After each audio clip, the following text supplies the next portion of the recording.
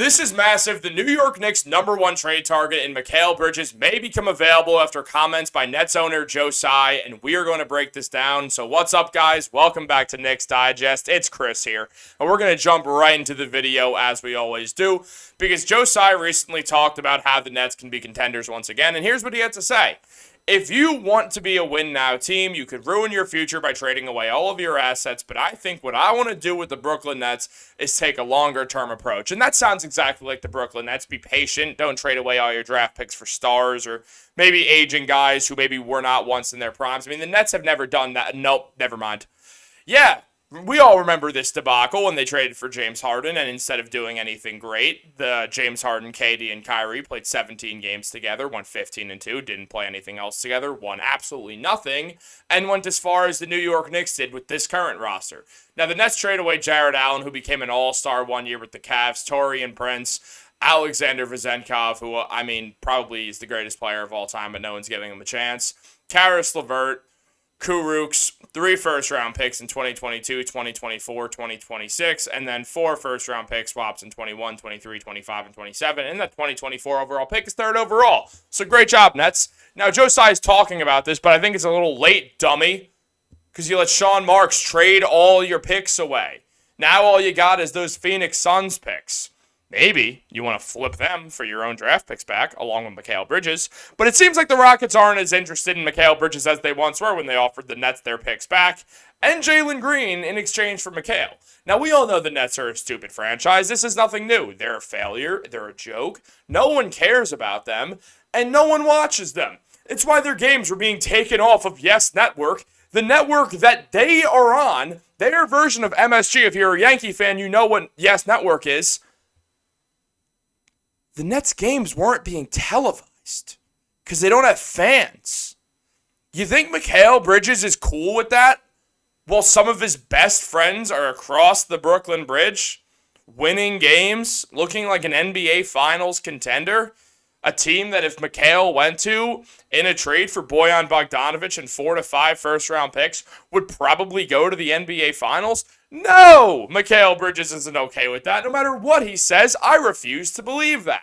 Because that sounds like a real punch in the face of a situation. Now, the New York Knicks, I think, would offer the Brooklyn Nets the best trade package possible for Mikal Bridges. And why is that? Well, that's because the New York Knicks think Mikal is a great fit, not only personnel-wise, but also he'd be a great fit. It gets to move Dante DiVincenzo to the 6th-man role where he would flourish. And then you got Jalen Brunson, Mikal Bridges, OG Anunoby, Julius Randle, Isaiah Hartenstein, or Mitchell Robinson as your starting center. Not to mention Dante DiVincenzo, Josh Hart, Deuce McBride, and probably Mitchell Robinson or Isaiah Hartenstein on your bench as the backup center. Probably Mitch would be the backup.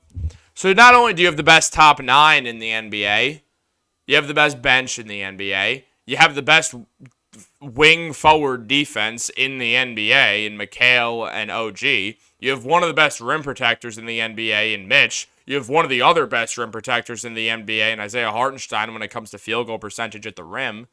You have one of the best passing bigs in the NBA in Isaiah Hartenstein. And you have 2 All-NBA players in Jalen Brunson, who, well, should have been first team over Tatum because Tatum's overrated. That's not the point. And Julius Randle. That team wins the finals.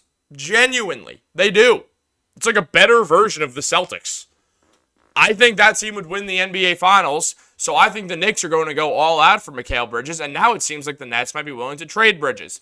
The Nets aren't in position to be picky and whiny and upset that they'd be giving the Knicks exactly what they want in Mikal. The Nets could get picks back from the Knicks that the Knicks don't own, or well, didn't initially own, meaning that they don't need to prey on the Knicks' downfall in the process. The Knicks can give them the Nets draft picks, and then what can happen is teams that the Knicks got those draft picks from, like the Pistons, the Wizards, the Milwaukee Bucks, stuff like that, the Nets can prey on their downfall. And those teams are way worse. Once those protections go down and the Nets can get a chance to use that Wizard and Pistons picks, because let's be serious, those teams are not going to be good anytime soon, especially the Washington Wizards.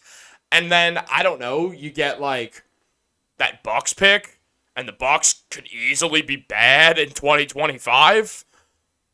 I don't know. Seems like a good deal to me. You get Bojan Bogdanovic's expiring contract. Ben Simmons' contract expires the same year after. You got $50 million worth of cap space. to, I don't know, go out and try to do something with, seems like your best bet to try to restart, because those Suns picks could be good, and you could use them, or you could stockpile your assets, trade literally everyone of any value, and try to start over the best you humanly can, or to just do something to try to get those picks back from the Houston Rockets, because the Nets going to be bad for a long time, unless they get Donovan Mitchell, which would ruin this Knicks Mikal Bridges pipe dream officially.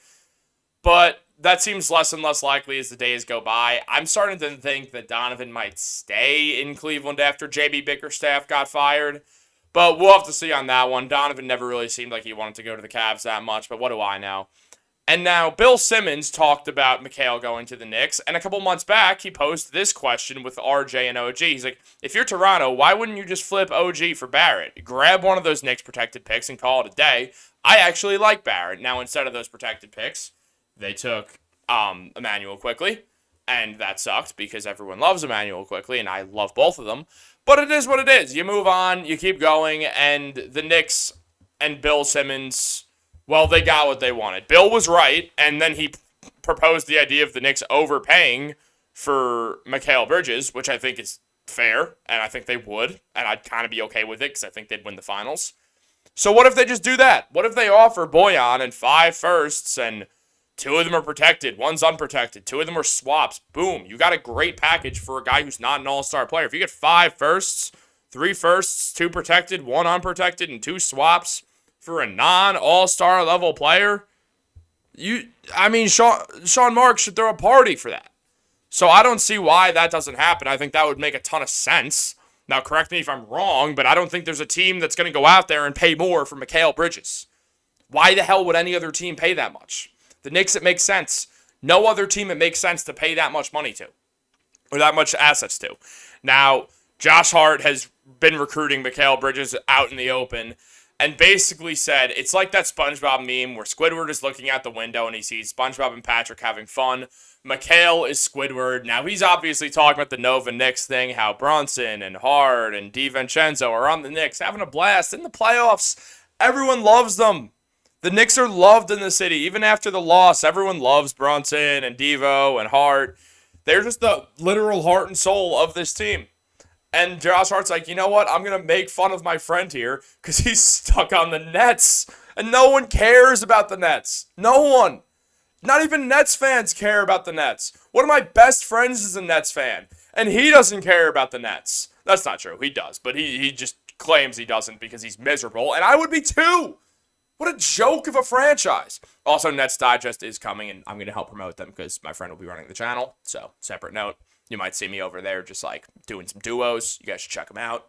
But that's separate. Now, Josh Hart has also gone out of his way and said, go NY, go NY, go, after the Knicks beat the Nets in that game where Cam Thomas threw a fit at the end, and it was really funny because Cam Thomas is always like, oh, I'm angry. Like he's like some 14-year-old going through puberty who's like broody and I don't know, is watching One Tree Hill and is really sad all the time for no reason and listening to Juice WRLD or whatever. I don't know. I don't like the cut of Cam Thomas's jib, if you ask me. But Mikal Bridges posted that little emoji right there, kind of just being sad and just like kind of just, messing with his friend because that's what friends do. Also, Josh Hart did this the day that Dante DiVincenzo signed with the Knicks. He tweeted out, yo, Mikal Bridges, hit my phone, bro. Why? Because he wants Mikal to be the final of the Infinity Stones. Now, it's also important to mention that the Knicks have had Ryan Arcidiacono on their team for the start of the last 2 seasons before having to use him in a trade. Now, they neither time wanted to trade Ryan away. It was just something they've had to do for financial reasons. Now, you better believe that Ryan Arcidiacono is going to be the Knicks' 15th man next season. He's just going to be. They're going to bring him back because they legally can now. Because they couldn't initially. In the season, if you trade someone away and they get drafted, if you trade someone away and they get waived, you can't pick him back up for the rest of the year. If you waive him, you can sign him later, as we saw with Taj Gibson 6,000 times this season. But if you trade them away, they cannot get picked back up. Now, because of that, Ryan Arcidiacono has been balling in the G League, doing his thing, knowing the Knicks are going to re-sign him at the end of the day when, the offseason comes around. He's going to get an Exhibit 10. They're going to give him a fully guaranteed or partially guaranteed enough contract where he'll be the 15th man. And he'll do his thing, calling out defensive 3 seconds and stuff like that, and we're all going to love him for it. Now, again, it just leaves Mikal as the final infinity stone of the 5 Nova Knicks that could possibly be there. Now, there's other guys on the Villanova team who made the NBA, most notably Eric Pascal, but he's out of the league now. Bummer. I thought he was actually kind of a solid player, but Utah didn't know how to use him, and I mean, that is what it is. But Josh Hart, after Mikal was seen chatting with the Knicks after that game when Cam Thomas complained and shoved Brunson because he was salty that his team sucks and no one cares about him or the Nets, Josh Hart tweeted out, "People really mad we all friends. Why? Because Mikal was standing and laughing with Rick Brunson, Jalen Brunson, Josh Hart, Dante, all them. Even Julius came over and started hanging out. Mikal wants to be on the Knicks." And I mean, think about it this way. Think about 4 of your closest friends, or 3 of your closest friends on the planet. Imagine you guys are all in the NBA. Now imagine you're all in the same city, and you're like, dude, this is awesome. We're all in the same city. We're all NBA players. We got money. We can hang out more. This will be so fun, especially in the offseason. We won't have as many responsibilities. But then 3 of your friends are on the same team that everyone loves and gets a ton of fans and is in the playoffs and are just gravitating, it's easy to gravitate to the team. And then you're on the other team that no one cares about, has terrible vibes. Their arena is weirdly dark, like someone forgot to make extra lighting or something. The in-game PA announcer, her voice is brutal. I want to tear my ears out when I go to Nets games. And you have no fans. You don't pack the arena ever. The Knicks sell out all the time. And you're just on the outside looking in of your friends having fun and being part of this thing. And you're just sitting there like, damn, like, you're just going to feel left out from that. And it's like, I'm not trying to bash on Mikal Bridges. I am trying to bash on the Nets because I think they're stupid and I hate their fans. But I genuinely do. Like, and it's stupid, but I kind of do feel for Mikal. Like, it kind of sucks, dude. Like, I'd imagine if 3 of my friends were all on the same NBA team and I'm on the other one across town, I'm like, all right, rationalize it. We're all in the NBA. We're all rich as all hell. We're never going to have to work another job in our lives. This is sick at the end of the day. Still great. Not going to really want to complain because it's champagne problems. But, like, also it sucks that all my friends are together and I'm not, man. Like, that would just, it would just be a bad feeling. You'd feel left out. You'd feel sad about it. Like, part of me feels for Mikal, and I'm like, damn, dude, I'm sorry, Mikal. That kind of sucks. So Mikal should say, I want to go to the New York Knicks, and say, if you trade me anywhere else, I won't play for them. And then Mikal gets to go to the Knicks for cheaper, and then the Knicks win the finals, and everyone loves Mikal for screwing the Nets over. Because there's no Nets fans to be mad at him anyway. There's like 2 on the planet, and one of them is my friend. So it's fine. But yeah, I think they should do that.